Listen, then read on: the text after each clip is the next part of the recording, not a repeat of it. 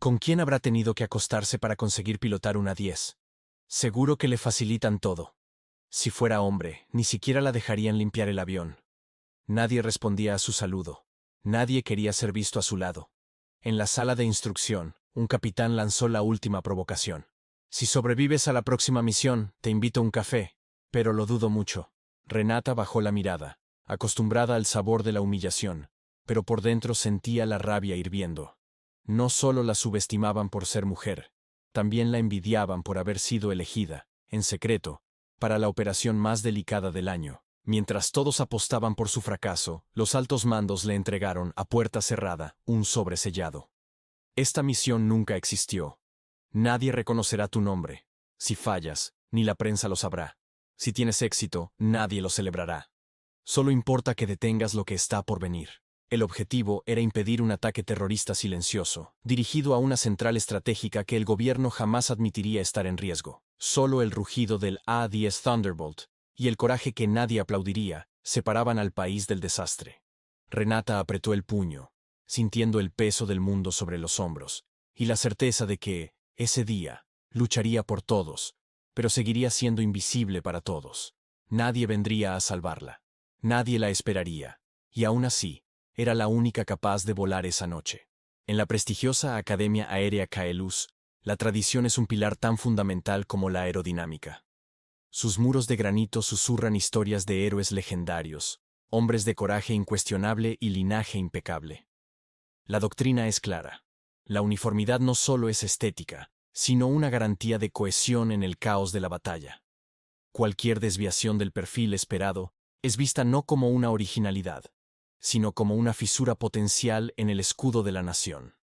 En este entorno rígido, la llegada de Elara Vargas fue una anomalía. Proveniente de los distritos exteriores, sin conexiones familiares ni el respaldo de un apellido ilustre, su talento era su única carta de presentación. Un talento tan brillante que resultó imposible ignorarlo para los examinadores, pero que para sus compañeros y algunos instructores se convirtió en un recordatorio constante de que no pertenecía a su exclusivo y cerrado círculo de élite. Todo se consolidó durante un simulacro de combate avanzado, conocido como la prueba del crisol. Ante una cascada de fallos sistémicos impredecibles, Elara desobedeció una orden directa para ejecutar una maniobra no ortodoxa, salvando a su equipo virtual de una aniquilación segura. Aunque su lógica fue impecable y el resultado exitoso, fue acusada de insubordinación y de poner en riesgo innecesario la misión, convirtiéndola en el chivo expiatorio perfecto. A partir de ese día, una marca indeleble quedó grabada en su expediente. Dejó de ser la cadete Vargas para convertirse en la inestable, un apodo cruel que resumía la desconfianza institucional. Su audacia fue reinterpretada como imprudencia, y su genialidad como un peligroso rasgo de individualismo. Cada éxito posterior fue recibido con sospecha, como si fuera la antesala de un inevitable y catastrófico error que todos esperaban presenciar. Esta sombra la siguió hasta su asignación al legendario Escuadrón Centauro, una unidad de élite donde los prejuicios eran aún más profundos y las expectativas inalcanzables. Su reputación había llegado mucho antes que ella, cerrando puertas y envenenando el ambiente.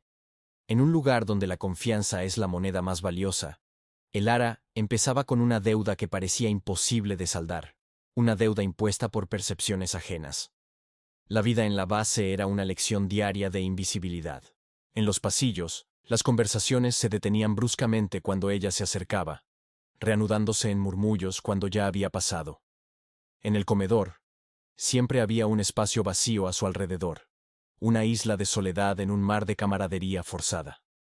Sus compañeros no eran abiertamente hostiles, pero su indiferencia era un arma mucho más afilada y constante. Su único refugio era el hangar B, donde se encontraba el simulador de vuelo más avanzado. Allí, en la oscuridad de la cabina y bajo el manto de la noche, Elara podía ser ella misma. Se enfrentaba a escenarios imposibles, perfeccionando sus habilidades hasta límites sobrehumanos, lejos de las miradas críticas y los juicios silenciosos. Era su santuario, el único lugar donde su valía no era cuestionada, solo demostrada. A veces, Mateo, el viejo jefe de mecánicos, la observaba desde la penumbra de la sala de control. Un hombre de pocas palabras pero de mirada lúcida, que entendía más de motores y de personas que cualquier oficial. No veía a la inestable, sino a una piloto con una conexión casi simbiótica con su nave. Un simple gesto de aprobación con la cabeza era el único reconocimiento que Elara recibía.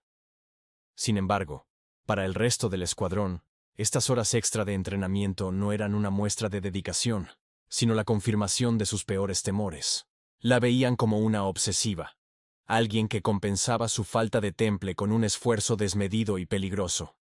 Creían que su afán por volar al límite la llevaría a cometer el error que todos estaban anticipando, un error que podría costarles la vida.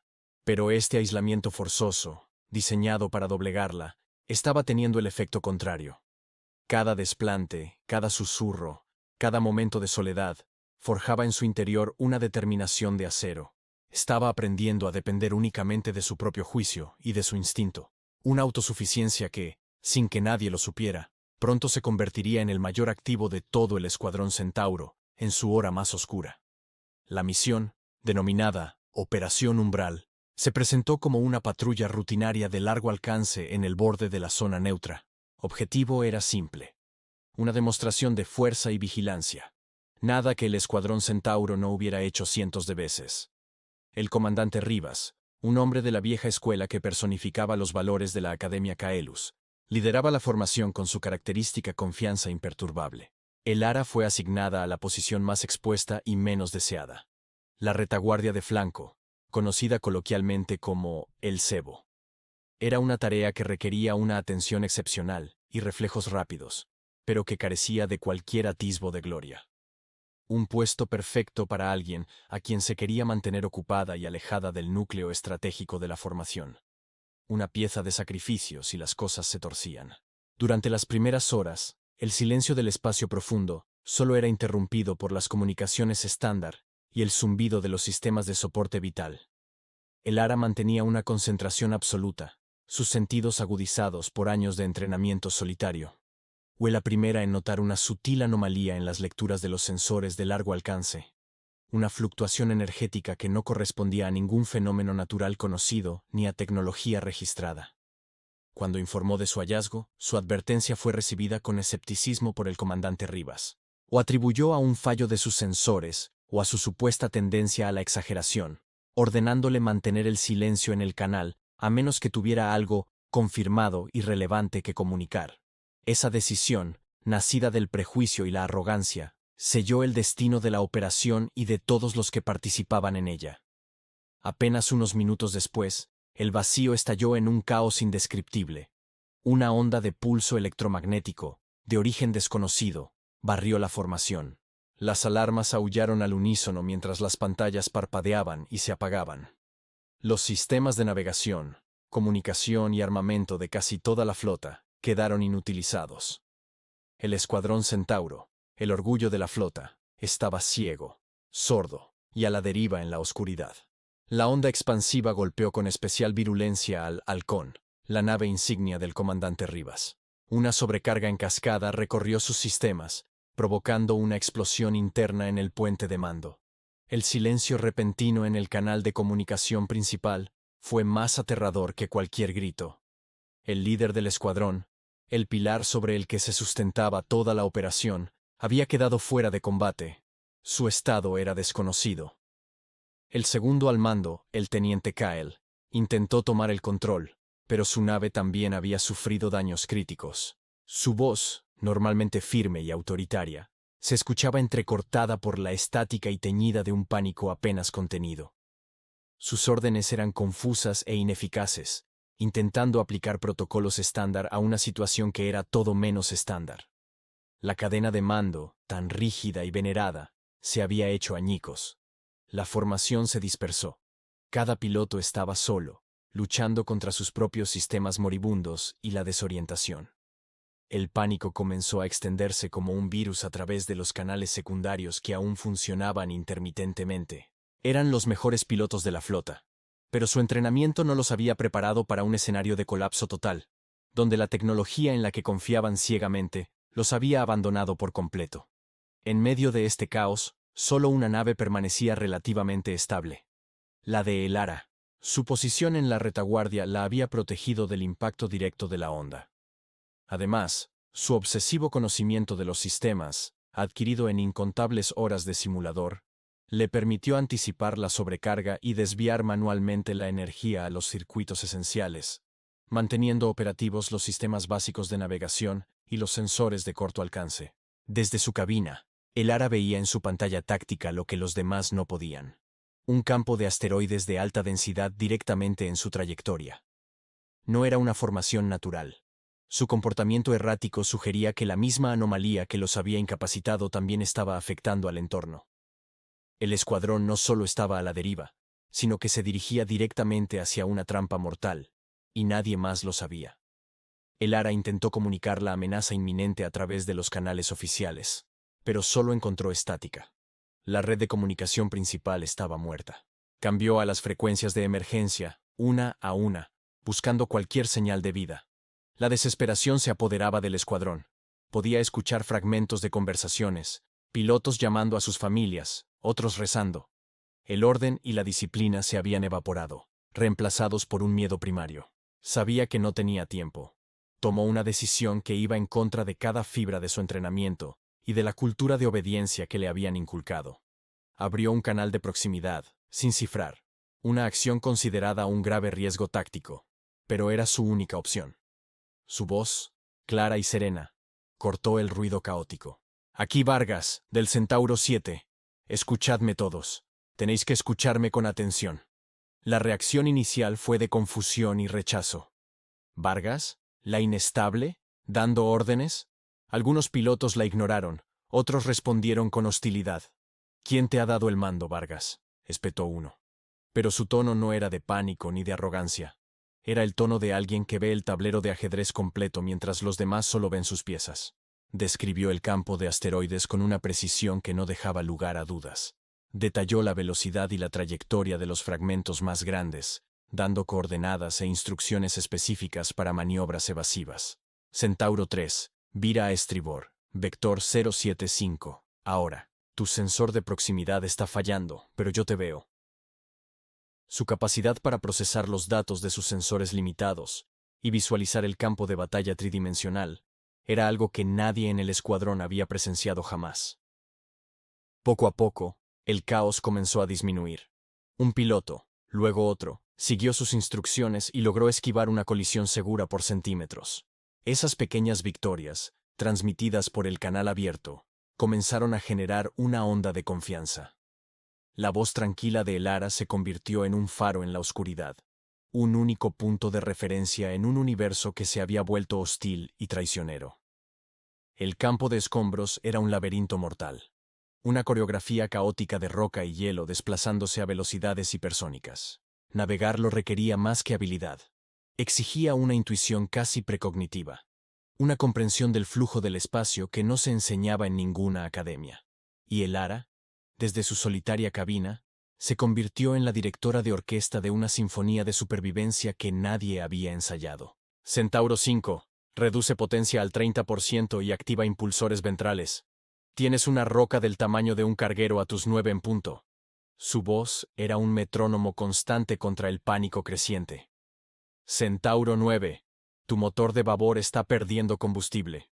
Necesito que hagas una ignición corta, de 2 segundos, en cuanto te dé la señal. Prepárate. Cada orden era precisa, personalizada y vital. Los pilotos, que horas antes la despreciaban, ahora se aferraban a cada una de sus palabras como si fueran un salvavidas. Su desconfianza se transformó en una dependencia absoluta. Ejecutaban sus maniobras sin dudar, sus propias pantallas en negro, confiando ciegamente en los ojos de la mujer a la que habían considerado inestable. Estaban presenciando una maestría en el pilotaje que iba más allá de la técnica. Era arte. Hubo momentos en los que el desastre pareció inevitable. El teniente Kyle, cuya nave estaba casi ingobernable, se encontró en una trayectoria de colisión directa con un asteroide masivo.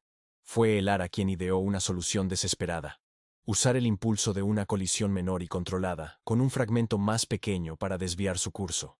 Una maniobra de una peligrosidad extrema que, sin embargo, funcionó a la perfección. Mientras guiaba a los demás, ella misma ejecutaba una danza peligrosa, esquivando y zigzagueando entre los proyectiles letales. Su nave, el paria del escuadrón, Se movía con una gracia y una precisión que dejaba sin aliento a quienes podían verla a través de sus cabinas. No estaba simplemente evitando el peligro. Parecía anticiparlo, moviéndose no contra el caos, sino en armonía con él. La supervivencia a través del campo de asteroides fue solo la primera parte de la prueba. Ahora, el escuadrón estaba a salvo del peligro inmediato, pero seguían varados. Sin navegación a largo alcance y con las comunicaciones cortadas, eran una aguja perdida en un pajar cósmico. El alivio inicial dio paso a una nueva forma de desesperación, la certeza de una muerte lenta y solitaria en el vacío infinito. Fue entonces cuando el Ara se enfrentó a su verdadero desafío. No se trataba de pilotar, sino de ingeniería. Sabía que la onda de pulso no había destruido los sistemas, sino que los había frito, creando un bucle de retroalimentación en las redes neuronales de las naves. Para restaurarlos, alguien tendría que realizar un reinicio maestro, pero no desde la cabina, sino accediendo directamente al núcleo del sistema operativo. Este procedimiento era extremadamente peligroso y teóricamente imposible de realizar durante el vuelo. Requería desviar toda la energía auxiliar, apagar los soportes vitales durante varios minutos y reconfigurar manualmente los relés de energía primaria.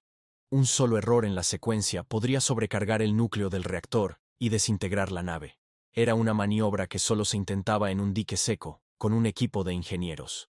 «Necesito que todos acopléis vuestros sistemas de energía al mío», anunció el Ara por el canal. «Voy a intentar crear una red de reinicio en cadena. Usaré mi nave como nodo principal para purgar vuestros sistemas». La incredulidad se apoderó de nuevo de los pilotos. Lo que proponía sonaba a ciencia ficción, a una locura suicida. Pedía un nivel de confianza que iba más allá de seguir órdenes de vuelo. Sin embargo, no había otra opción. Uno a uno, los pilotos supervivientes conectaron sus sistemas al de el Ara, entregándole el control total sobre la energía de sus naves. Pusieron sus vidas, literalmente, en manos de la mujer que habían marginado. El Ara, con la ayuda verbal de Mateo, el viejo mecánico, que escuchaba desde el canal abierto, comenzó la secuencia, convirtiéndose en el corazón palpitante de una máquina improvisada y desesperada. Iniciando secuencia de purga. Soporte vital desconectado. Reservas de oxígeno activadas. Tenéis 3 minutos. La voz de el Ara fue lo último que escucharon antes de que un silencio absoluto se apoderara de sus cabinas. Las luces de emergencia se apagaron. El suave zumbido de los recicladores de aire cesó. Se encontraron sumidos en una oscuridad y un silencio totales, solos con el sonido de su propia respiración. Para los pilotos del Escuadrón Centauro, aquellos 3 minutos se sintieron como una eternidad. Despojados de su tecnología, de su estatus y de su arrogancia, no eran más que seres humanos frágiles flotando en una caja de metal. El vacío del espacio nunca había parecido tan inmenso, tan opresivo. Era un tiempo para la introspección forzada, para confrontar los prejuicios que los habían llevado a este punto. Mientras tanto, en la cabina de el Ara, se desarrollaba una febril actividad. Con el soporte vital apagado, cada segundo contaba. Sus dedos volaban sobre la consola, introduciendo códigos y desviando flujos de energía con una velocidad y precisión asombrosas. Se guiaba por su memoria muscular y por las tenues instrucciones de Mateo, cuya voz tranquila era su único ancla en esa tormenta digital. A los 2 minutos, una alarma crítica sonó en su consola. El núcleo de su reactor empezaba a desestabilizarse por la tensión de actuar como un puente para todo el escuadrón. El sudor le perlaba la frente mientras realizaba microajustes para contener la sobrecarga. Estaba caminando sobre el filo de una navaja, donde un solo paso en falso significaría la aniquilación para todos. La heroína anónima estaba arriesgando su vida. Cuando el contador llegó a los últimos 10 segundos, con las alarmas de proximidad del reactor aullando, el Ara introdujo el comando final y golpeó el panel de activación. Un pulso de energía pura y limpia recorrió la red improvisada. En las cabinas de los demás pilotos, las luces parpadearon, los sistemas se reiniciaron y las pantallas volvieron a la vida, mostrando mapas estelares y datos de navegación. Silencio había terminado. Una a una, las voces de los pilotos volvieron al canal de comunicación, no con el pánico de antes, sino con un asombro reverencial. Sistemas en línea, dijo uno. Navegación restaurada, confirmó otro. La voz del teniente Kyle fue la última en escucharse, cargada de una emoción que nadie le había conocido antes. Lo ha conseguido. Por todos los cielos. Lo ha conseguido. El Ara había obrado un milagro. Con los sistemas restaurados, la magnitud de lo que acababan de sobrevivir se hizo evidente. Sus pantallas mostraban la estela de destrucción que habían dejado atrás, fragmentos de asteroides y los restos de las dos naves que no lo habían logrado. Vieron la ruta imposible que habían trazado a través del campo de escombros, una trayectoria que cualquier ordenador de vuelo habría calificado como suicida, pero que ellos habían recorrido. El Ara, exhausta pero concentrada, trazó un rumbo seguro de regreso a la base. No hubo celebración en su voz. Solo el alivio contenido de un trabajo bien hecho. Asumió el mando de facto sin que nadie lo cuestionara. Sus órdenes ya no eran sugerencias desesperadas, sino directrices claras y eficientes, que todos seguían con una disciplina y un respeto recién descubiertos. La dinámica del escuadrón había cambiado para siempre. Mientras navegaban de vuelta, el silencio en el canal era diferente. Ya no era un silencio de exclusión o miedo, sino de reflexión. Cada piloto estaba procesando el hecho de que le debían la vida a la persona que menos respetaban. El rostro de la inestable se desvanecía de sus mentes, reemplazado por la imagen de una líder nata, una piloto cuya habilidad superaba con creces la de cualquiera de ellos. El viaje de regreso fue largo, pero les dio el tiempo necesario para confrontar sus propias faltas. El prejuicio que había definido su trato hacia el Ara ahora parecía no solo injusto, sino absurdamente estúpido. Habían juzgado el libro por su cubierta, y casi les había costado todo. La luz que ahora llenaba sus cabinas no era solo la de los sistemas restaurados. Era la luz de una nueva y humilde comprensión. El aterrizaje en la base fue un asunto sombrío y silencioso. El personal de tierra, ajeno al drama que se había desarrollado, solo veía un escuadrón que regresaba con 2 naves menos y con el halcón del comandante gravemente dañado. La noticia del incidente ya se había extendido, pero los detalles seguían siendo un misterio. Todos esperaban la versión oficial, la que sin duda provendría de los oficiales supervivientes. Cuando los pilotos descendieron de sus naves, la atmósfera era tensa. Los altos mandos ya estaban en el hangar, sus rostros como máscaras de granito, listos para iniciar la investigación. El Ara fue la última en bajar, esperando ser conducida inmediatamente a una sala de interrogatorios para justificar cada una de sus acciones no autorizadas. La supervivencia era una cosa, pero la burocracia militar era otra muy distinta. El teniente Kyle se adelantó, su uniforme manchado de hollín, y se cuadró ante el general al mando. Antes de que el general pudiera hablar, Kyle habló primero, su voz resonando en el hangar silencioso. Señor, quiero que conste en el informe preliminar que la única razón por la que estamos aquí es la cadete Elara Vargas. Nos guió, nos salvó y reconstruyó nuestros sistemas en pleno vuelo. Hubo un murmullo de sorpresa entre los oficiales. Los otros pilotos del escuadrón asintieron, uno por uno, confirmando las palabras de Kyle con una solemnidad inquebrantable. No había rastro de la antigua arrogancia, solo un profundo y sincero respeto. Habían vuelto no como un grupo de individuos, sino como una unidad forjada en el fuego de una experiencia que había destrozado sus viejas jerarquías.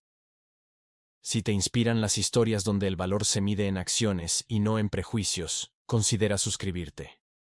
Aún queda por descubrir cómo una institución tan rígida procesa un evento que desafía todas sus normas. La batalla de El Ara contra el enemigo invisible fue solo el principio.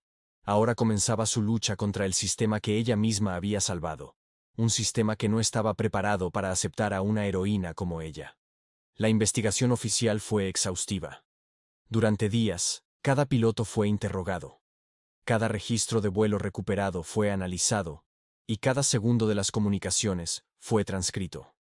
Los altos mandos intentaban reconstruir una narrativa que tuviera sentido dentro de sus rígidos parámetros. La historia que emergía de los testimonios era tan extraordinaria que muchos se resistían a creerla en su totalidad, buscando explicaciones alternativas. El Ara fue sometida al escrutinio más intenso. Se sentó durante horas en una fría sala, respondiendo a preguntas que insinuaban que había sobrepasado su autoridad o que su relato estaba adornado. Le pidieron que explicara sus maniobras no ortodoxas y su decisión de tomar el mando sin una transferencia formal. Buscaban una fisura en su testimonio, una justificación para mantener intacto su sistema de creencias preestablecido sobre ella. Sin embargo, su serenidad y la precisión técnica de sus respuestas eran irrefutables. Describió cada decisión con una lógica aplastante, respaldada por los datos recuperados de su propia caja negra. No había arrogancia en sus palabras, solo la exposición factual de una crisis y las medidas necesarias que tomó para resolverla. Su calma contrastaba fuertemente con la incomodidad de sus interrogadores, que se encontraban ante una verdad incómoda. El punto de inflexión llegó con el testimonio del comandante Rivas, que se había recuperado de sus heridas. A pesar de su mentalidad de la vieja escuela y de su escepticismo inicial hacia el Ara, era un hombre de honor. Confirmó que su última orden consciente fue ignorar la advertencia de Vargas. Admitió su error con una honestidad brutal, declarando que su propio prejuicio casi había condenado al escuadrón. Las declaraciones de Rivas, combinadas con el testimonio unánime del resto del escuadrón, crearon una avalancha de evidencia que la cúpula militar no pudo ignorar. La verdad era ineludible. La piloto marginada, la inestable, no solo era competente, sino que poseía un nivel de habilidad y liderazgo que superaba a todos los demás. La institución se vio obligada a enfrentar el abismo entre su percepción y la realidad. La conclusión de la investigación no fue solo una exoneración, sino una revelación. El informe final describía las acciones de El Ara no como insubordinación, sino como iniciativa táctica bajo condiciones extremas. Su nombre fue limpiado, pero el impacto fue mucho más profundo que un simple cambio en un expediente. Su historia comenzó a circular por la flota, primero como un rumor, luego como una leyenda. El concepto de lo que significaba ser un héroe en la Academia Caelus había estado siempre ligado a la imagen del líder audaz, el oficial carismático que encajaba en un molde perfecto. El Ara no encajaba en ese molde. Era silenciosa, introvertida, y su heroísmo no se había manifestado en un acto de agresión espectacular, sino en la calma, la inteligencia y la capacidad de crear orden a partir del caos. Los otros pilotos del Escuadrón Centauro se convirtieron en los principales narradores de su historia. Ya no hablaban de ella con desdén, sino con una admiración que rayaba en la devoción.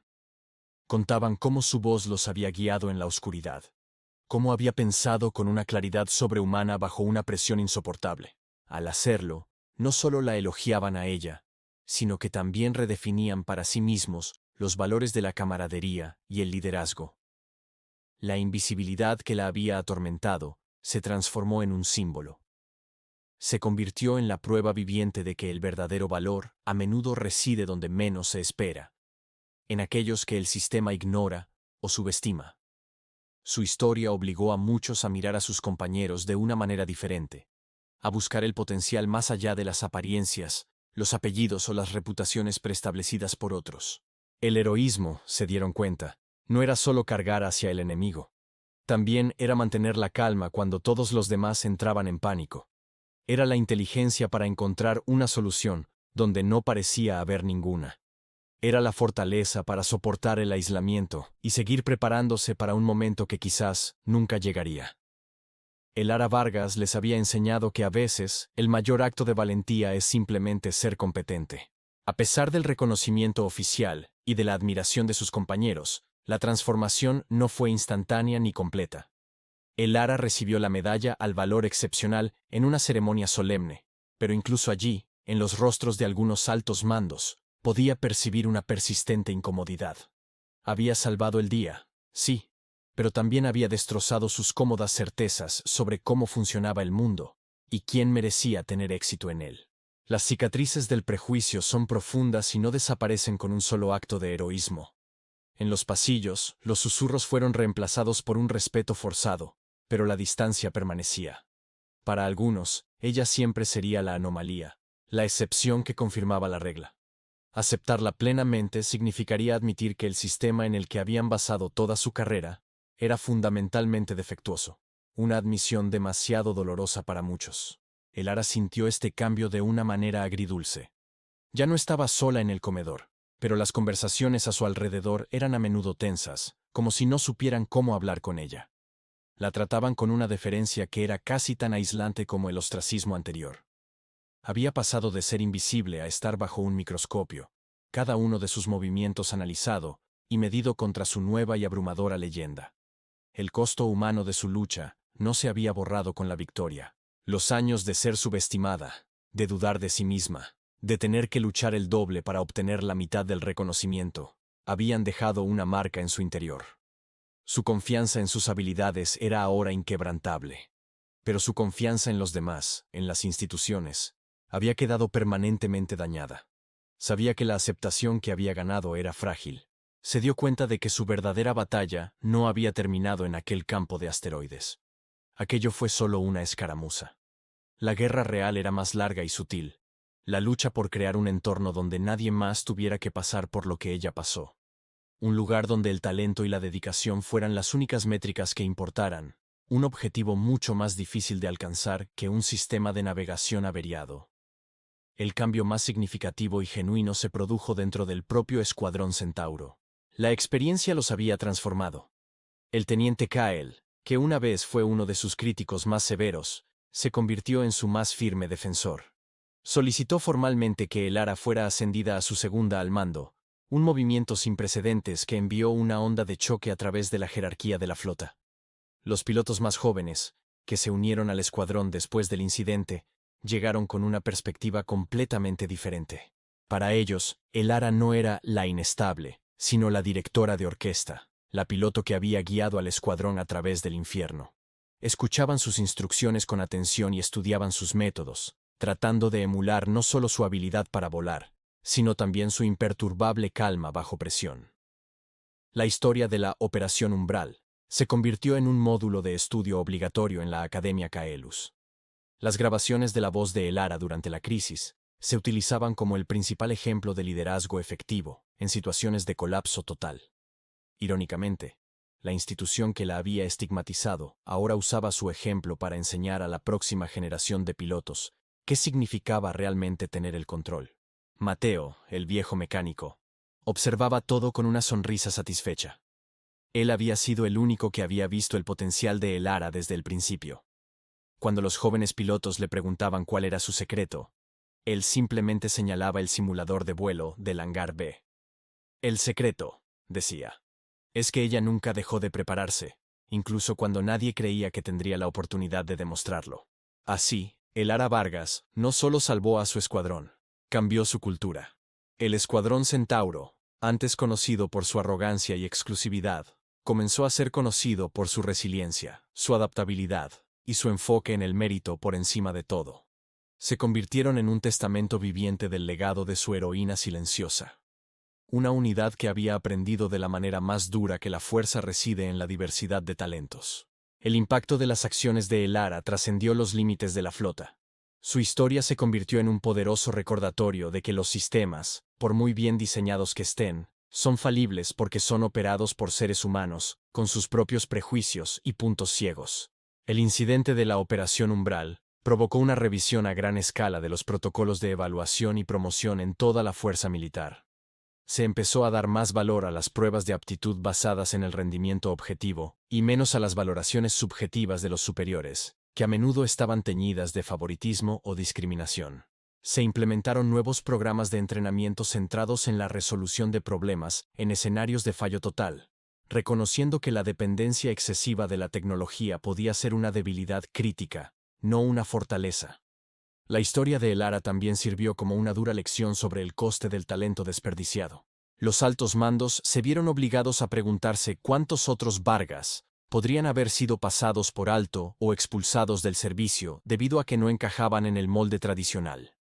El miedo a perder a la próxima persona que podría salvarlos a todos se convirtió en un poderoso catalizador para el cambio.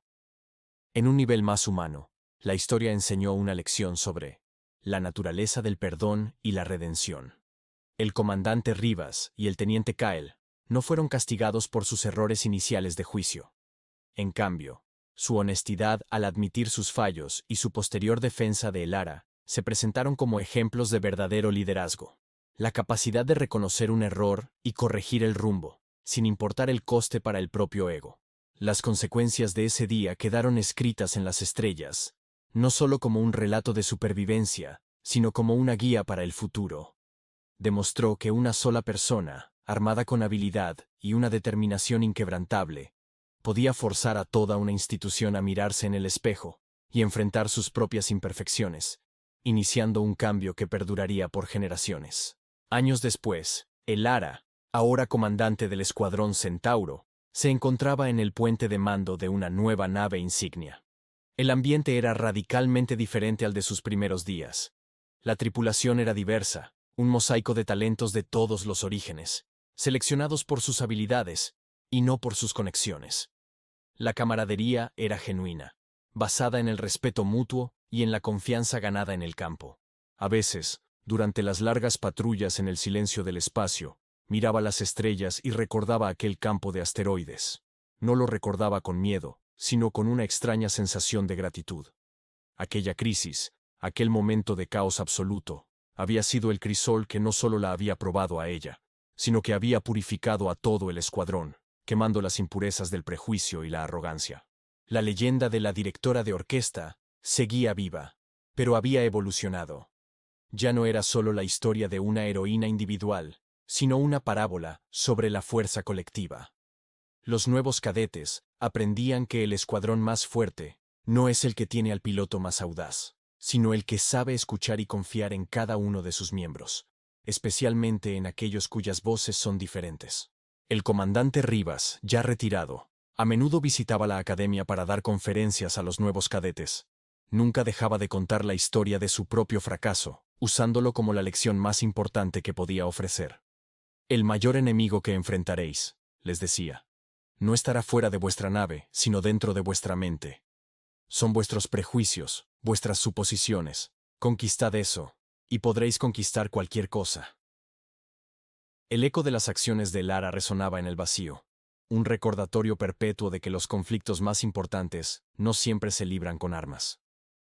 A veces, la batalla es contra las ideas, contra las tradiciones anquilosadas, y contra la cómoda ceguera de pensar que ya lo sabemos todo. Y en esa batalla, el coraje de una sola persona puede ser suficiente para cambiar el curso de la historia. El conflicto que enfrentó el Ara no fue principalmente contra una anomalía espacial o un fallo técnico. Esas fueron simplemente las circunstancias. Su verdadera guerra fue contra un sistema de creencias, una cultura arraigada que valoraba la conformidad por encima de la competencia. Este tipo de conflicto es silencioso, a menudo invisible, pero sus bajas son el potencial humano y la innovación, sacrificados en el altar de la tradición. La historia nos muestra repetidamente que las instituciones, ya sean militares, científicas o sociales, desarrollan una inercia, se vuelven resistentes al cambio y sospechan de cualquiera que desafíe el statu quo. El síndrome del cuerpo extraño se activa, y el sistema intenta aislar o expulsar al elemento que no encaja, incluso si ese elemento posee la clave para su supervivencia y evolución futura. La fortaleza de Elara no residía en su capacidad para pilotar, aunque era excepcional. Su verdadera fuerza era su resiliencia psicológica. La capacidad de soportar el aislamiento, de mantener la fe en sus propias habilidades cuando nadie más lo hacía, y de seguir persiguiendo la excelencia por sí misma, no por la aprobación externa. Es una forma de coraje que a menudo se pasa por alto. Este relato nos obliga a reflexionar sobre cómo definimos la fuerza. ¿Es la voz más alta en la sala? ¿La demostración de poder más obvia? ¿O es la tranquila determinación de seguir haciendo lo correcto, día tras día, frente a la indiferencia o la hostilidad? La historia de Elara sugiere que la segunda es mucho más rara, y en última instancia, mucho más poderosa y transformadora. El coste humano de tales conflictos internos es inmenso. No se mide en naves perdidas, sino en talento sofocado, en ideas no exploradas y en el sufrimiento silencioso de aquellos que son marginados. La victoria de Elara es inspiradora, pero también es una advertencia sobre la fragilidad de cualquier sistema que no se cuestione a sí mismo y que no esté dispuesto a escuchar las voces de sus disidentes. La figura del héroe ha sido moldeada a lo largo de la historia por narrativas que a menudo priorizan la fuerza bruta, el carisma arrollador o un destino manifiesto. Nos hemos acostumbrado a buscar héroes en los lugares más obvios, en el podio, en el trono, en el centro del escenario. Pero la historia de Elara nos invita a mirar hacia los márgenes, hacia las sombras donde a menudo reside el verdadero coraje. El heroísmo de Elara fue reactivo, nacido de la necesidad, no de la ambición. No buscaba la gloria. Su única meta era la supervivencia y la protección de sus compañeros, incluso de aquellos que la habían despreciado. Este tipo de heroísmo altruista, despojado de ego, es a menudo el más puro. Es la acción correcta en el momento correcto, independientemente del reconocimiento o la recompensa. Su historia también desmantela la idea del líder nato. El liderazgo de Elara no provenía de un rango o de un carisma natural, sino de una competencia demostrada. En el momento de la crisis, cuando los títulos y las jerarquías se volvieron inútiles, la gente no siguió al oficial de más alto rango, sino a la persona que tenía las respuestas. La autoridad real emana de la habilidad, no de la posición. Este arquetipo del héroe inesperado es crucial para nuestro tiempo. Nos recuerda que el potencial para la grandeza existe en todas partes, a menudo en las personas que el sistema ha etiquetado como diferentes, problemáticas o inestables. Son precisamente estas perspectivas externas las que pueden ver las soluciones que los de dentro, cegados por la costumbre, son incapaces de percibir. Al final, la lección más duradera es que el heroísmo no es un título que se otorga, sino una elección que se hace. Es la elección de actuar cuando otros se paralizan, de hablar cuando otros callan y de confiar en el propio juicio cuando el mundo entero te dice que estás equivocado. Elara Vargas no necesitaba una medalla para ser una heroína. Siempre lo fue, incluso cuando nadie más podía verlo. La transformación del Escuadrón Centauro y de la flota no fue un punto final, sino el comienzo de un nuevo capítulo. La paradoja Vargas, como se la conoció en los círculos académicos, se convirtió en un principio fundamental. La resiliencia de un sistema es directamente proporcional a su capacidad para integrar y valorar a sus elementos más dispares. La uniformidad fue reemplazada por la sinergia como el ideal a alcanzar. Este cambio de filosofía tuvo consecuencias prácticas de gran alcance. Se crearon programas de mentoría para identificar y apoyar a talentos no convencionales. Los procesos de selección se rediseñaron para buscar activamente la diversidad cognitiva, entendiendo que diferentes formas de pensar eran un activo estratégico, no una debilidad. La academia comenzó a enseñar el valor del desacuerdo constructivo como una herramienta esencial para el liderazgo. Elara, en su nuevo rol de liderazgo, dedicó gran parte de su energía a asegurarse de que las puertas que ella había tenido que derribar a la fuerza permanecieran abiertas para los que venían detrás. Se convirtió en una defensora de aquellos que, como ella, no encajaban en el molde. Su oficina siempre estaba abierta para el cadete que tenía una idea loca, o para el oficial que sentía que su voz no era escuchada. El mayor legado de Elara no fue una sola acción heroica, sino el cambio cultural duradero que inspiró. Demostró que era posible reformar una institución desde dentro, no a través de la rebelión, sino a través de una demostración irrefutable de competencia y valor. Su vida se convirtió en un testimonio de que un individuo puede, de hecho, cambiar el mundo, o al menos la pequeña parte de él que le toca habitar. La historia de Elara nos deja con una reflexión final sobre la naturaleza de los conflictos. Nos enseña que las batallas más importantes a menudo se libran mucho antes de que se dispare el primer tiro. Se libran en las salas de juntas, en las aulas y en los corazones de las personas. Son las batallas contra nuestros propios prejuicios. Y ganarlas es la única manera de estar verdaderamente preparados para cualquier crisis que el horizonte nos depare.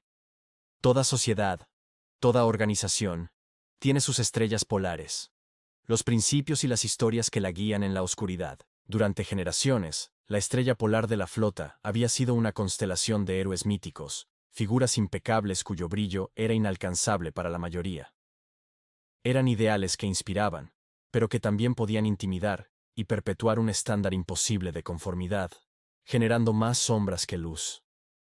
La historia de Elara Vargas ofreció una nueva estrella polar. No era un astro distante y perfecto, sino una luz cercana, tenaz y real. Su historia no era sobre la perfección, sino sobre la perseverancia.